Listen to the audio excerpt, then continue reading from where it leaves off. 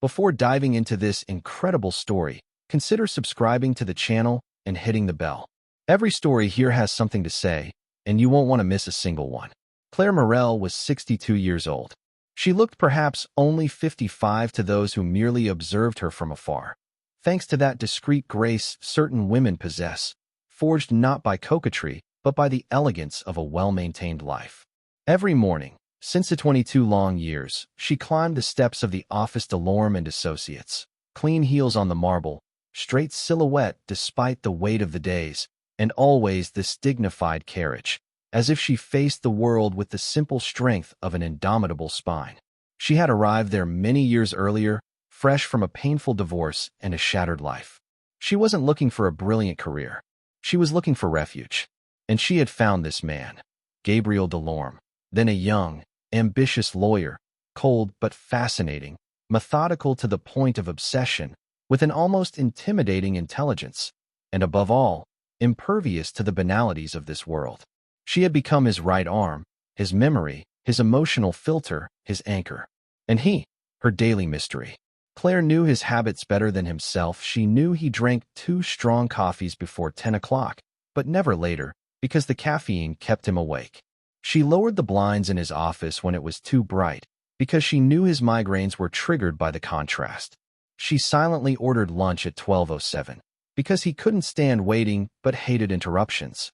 She also knew, though he never said so, that full moons made him insomniac, that he would spend nights walking around his apartment, listening to old jazz or rereading letters written by others. But more than anything, Claire had learned to read his gaze, that brown-gray gaze that avoided hers whenever he lingered too long, as if it carried a confession he refused to pronounce. He had never brushed against her, never touched her other than with a professional handshake. But sometimes, when he thanked her with a simple, "Thank you, Claire," with that tiny warmth in the voice, she felt her whole body shiver as if listening to a whispered poem. She had never dared to express what she felt.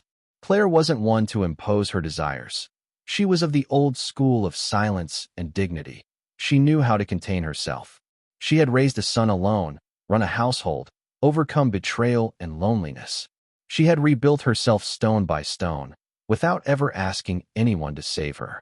She wasn't cut out for show, but her heart beat faster with every sigh Gabriel heaped. Every time he said her name, in a tone a little too soft, a little too slow, as if he wanted to extend it on his tongue. Their connection had never been physical. It was a suspended love, without body, without words. It was made of small gestures, an umbrella left in the entrance for her on rainy days, a protective look when an associate raised his voice, an absence of explanation when he canceled an important appointment to accompany her to the clinic the day she had feared a relapse. And those silences, between them, so full that they seemed to take the place of a promise. It was love subtle, silent, woven with respect, but heavy with what could have been. Sometimes, in the calm of her nights, Claire surprised herself imagine a parallel life, a trip they would have taken, a Sunday afternoon walking in a park, a dinner where he would have placed his hand on hers, a shared retreat in a modest house, talking about the books they had never had time to read together. But each time, reality reasserted itself. There had never been a gesture, never a word, nothing but the shadow of a hope that continued to grow silently. And as the date of her departure approached, Claire, although she displayed the same posture, the same suit, the same professional mask, felt a crack growing inside her. What she had held back for 20 years was about to escape her. She knew it. And yet, deep down in her heart, she still hoped. She hoped that all this would not end with a letter of departure placed on an empty desk. March 27 th. The date had been ringing in Claire's diary for 6 months, like a dull bell. She had chosen it carefully. Neither too close to spring nor too far from winter, a neutral day, without an anniversary, without any particular significance, at least on the surface. She had handed in her farewell letter 6 months earlier, typed the old-fashioned way, with impeccable punctuation and sober, almost dry expressions. In it, she had politely declined any public display, no speeches, no flowers, no toasts raised over a glass of warm champagne. "I am not a woman of speeches." That was all she said, in a calm, irrevocable voice. But the truth was different. She was scared. Fear of that last moment, of that look from Gabriel that she would avoid once too often. Fear of reading there, too late, what she had hoped for 20 years.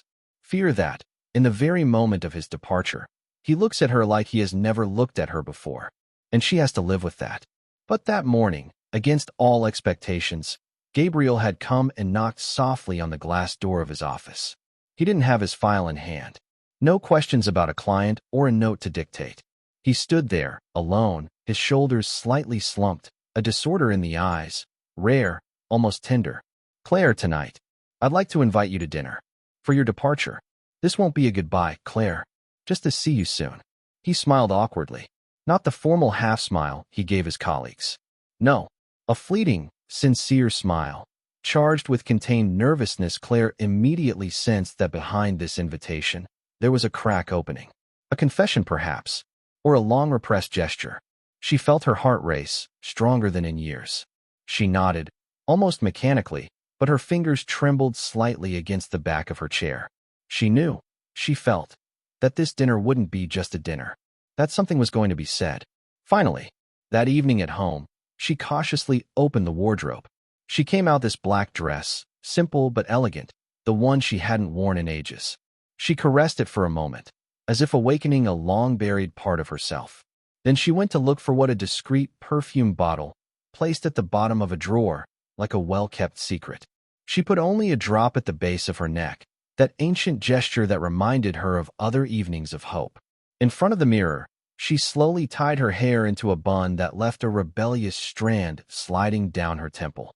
Her reflection was both dignified and fragile. She wasn't 62 that night. She was 30, 45, 58. All her ages mingled in a single hope. But as the light faded behind the curtains, the phone rang. Mom. The voice. That of Thomas, his only son. So rare. Always elsewhere. Always between two planes, between two important decisions. And yet, he called that evening, after 6 months of silence. And his voice carried an unusual tone. A naked urgency. "You have to come. It's about Dad. He's in Paris. He wants to see you. He's sick. Very sick. And he told me things I don't understand. About you. About your past. About me." Claire's heart froze. Julian. This name, this ghost. The man she had fled from, 25 years earlier, the father of her child, the manipulator, the angry man.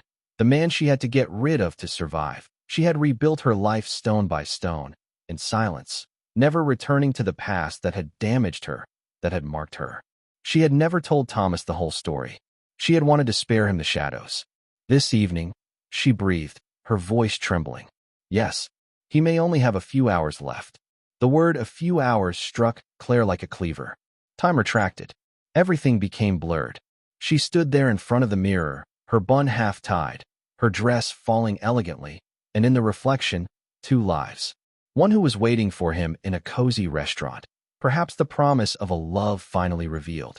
The other, in a hospital room, where lay a man she had once loved, then hated, still feared, and who now wanted to talk. A dying man, and her son, there, waiting for her. Claire felt her legs weaken for a moment.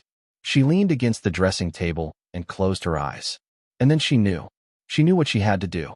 She grabs her coat, her keys, her bag. And in the mirror, she met one last time the gaze of the woman she could have been. Then she left. She arrived at the hospital around 7 p.m. The sky was a dirty gray, almost metallic, and a light drizzle fell on the forecourt of the establishment. The wet concrete reflected the fluorescent lights, and each step Claire took was a dull echo of what she had fled for years. On the 5th floor, in a semi-dark room, the past was waiting for him. Julian was there, thin, withered, drained. His skin, once tanned and taut, had taken on the waxy hue of people waiting for the end. His eyes, once hard and domineering, were misty, almost tender, but too late. As she entered, he gently raised a trembling hand, as if to touch a memory. Claire stopped a meter from the bed. She didn't hold out hers. His gaze was hard, cold, and motionless, but his heart pounded with rage, shaken by the smell of disinfectant and the thought of seeing the man in that state again. Thomas, standing by the window, turned around silently. His face betrayed deep confusion. He had never seen his mother like this, straight, impenetrable, but with that discreet flaw in her eyes. He didn't understand yet, but he felt that something immense had happened here, long before him. "Why did you bring me here?" Claire asked in a sharp, almost icy voice. No compassion, no detour, just this sentence, bare, arid, like a verdict. Julian swallowed slowly. His breath was short, but his words seemed to have been waiting for decades. "I'm going to die, Claire, and I wanted to tell you that I know what I did, that I stole your light." Claire didn't flinch, but inside her, something stirred. He had never spoken words like those, never recognized his hold, his violence, his need to break her every time she tried to rise. Julian continued, in a broken voice. "I understood, too late, that you had loved another." Claire felt a shiver run through her. His heart stopped. She frowned. "Another one? What was he talking about?" She answered, almost whispering. "What are you talking about, Julian?" He looked at Thomas, then back at her. A thin voice escaped, like a confession torn from his own pride. "Delorme. Gabriel. It was him, not me. Even back then. You shone when you talked about your work. All you had to do was mention his name, and your eyes would change. I saw that, and I wanted to turn it off." Claire bleated. She had never said that name in front of Julian, she thought. Was it already so visible? Was that light so obvious? Julian continued, panting, his gaze blurred, as if he were reliving a very old scene. "You don't know this, but 20 years ago, he wrote to you. A letter. I intercepted it. It had his name on it. I opened it, I read it, and I destroyed it." The silence in the room became deafening. Even the machines seemed to have fallen silent. "He said he loved you, that he wanted to take you away. Away from all this. Away from me. He offered you another life. I burned that letter. I burned your chances." Claire swayed slightly, her fingers gripping the strap of her bag.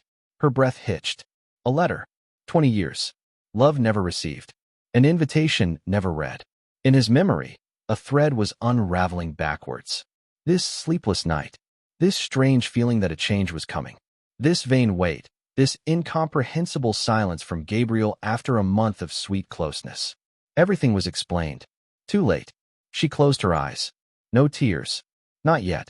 Just one immense naked pain, as if someone had just torn out with their bare hands the foundations of a building that she had built stone by stone. Julian tried to raise his hand to her again, but Claire took a step back, as if the mere touch could plunge her back into that abyss. She turned her head towards Thomas. He was looking at her with a mixture of shock and sadness. "Mom, all this, is it true?" She didn't answer. She didn't have the strength. Not now. So she turned, slowly, without a word, and left the room. The corridor was long, stifling. She walked quickly, almost groping, tears welling up in spite of herself, silently. She hadn't cried for 10 years. But that night, she cried. Not for Julian. For her. For the life that was stolen from him. For the letter never read. And for this dinner. This dinner that might never happen. It was 9 p.m. The city was already draped in its fatigue. The streets were empty, except for a few hurried passers-by, laughter bursting from terraces where glasses were slowly being emptied. Claire stopped in front of the restaurant. The sign was discreet, almost faded, like their story. Through the window, she saw Gabriel. He was still there, sitting alone, a half-full cup of wine in front of him, his gaze fixed on the street, as if he had been waiting for it forever. She hesitated for a second. Then she pushed the door open. The ringing of the bell above made her flinch. Gabriel looked up at once. He stood up, slowly, without haste, as if he had known she would come eventually. He went out to meet her, without a word. His gaze did not judge her, didn't ask for anything. It contained only an ancient form of patience, like a question that one has stopped asking but keeps alive in silence. "You didn't come." Claire nodded, her eyes still red, her cheeks fresh from the wind and tears. "I received a call from the past." She tried to smile, but it broke before it reached her lips. So she reached out her hand. He took it without hesitation. This simple gesture, after so many years, was more than a caress. It was a reconquest. They stood there for a few seconds, without speaking, like two people who know that words, sometimes, must come after the silence. Then Claire looked at him with that rare vulnerability you only offer once in a lifetime. "Gabriel, did you ever want to write me something?" He stared at her for a long time. His face softened, but his eyes misted over. He seemed to be searching through a memory he had learned to silence, to bury. His silence, at first, was an answer. Then he whispered, "I wrote a letter. 20 years ago, when I realized I loved you. When I could no longer be satisfied with your stolen glances in the corridors or the laughter shared over coffee." He lowered his eyes slightly, as if he were talking to yesterday's Claire, not today's. "I put my truest words into it. I suggested you leave everything behind. Come with me. Start over somewhere else. But I never got a reply." Claire felt her heart clench. Her fingers tightened on his for a moment. "I never received it." Gabriel froze. He looked at her as if, all of a sudden, the universe had shifted its axis. "Never." She shook her head. "Julian intercepted it. He only spoke to me about it today. On his deathbed. He read it. He burned it. He knew, long before I did, what I still refused to see." Gabriel's breath quickened. He took a slight step back, as if struck in the chest by this revelation. 20 years. 20 years of a love condemned by the silence of another. "It's not too late," he said finally, in a breath. Claire looked up at him, and in his pupils, she saw all that could have been and everything that could still be born. Under the street lamps, in that golden, hazy light that makes faces more tender, she understood that some loves never die. Let them wait, hidden like seeds buried in dry earth. And that sometimes it is enough with a word, a look, or a step, so that life can begin again. A few months later, Julian died. Claire felt no relief, no deep sorrow, only a strange peace, like when you close a book that you have left open for too long. She attended Thomas's funeral with dignity. Then, in the weeks that followed, she finally spoke with her son. Violence, silence, failed love, they did not cure everything, but they laid the first stones of a new, truer bond. Claire never returned to the office. She turned that page without regret. But every Friday night, she found Gabriel. In this same restaurant or in others. Sometimes at the seaside. Sometimes at his place or at hers. They didn't make plans. They didn't need fiery words. Their gestures were simple, but laden with stolen years. They knew that true love didn't rush. He is waiting. He is maturing. He's coming back. And sometimes, love is there, lurking in the silence, patient as the sea, until the day we finally dare to listen to it. And this time, we don't look away.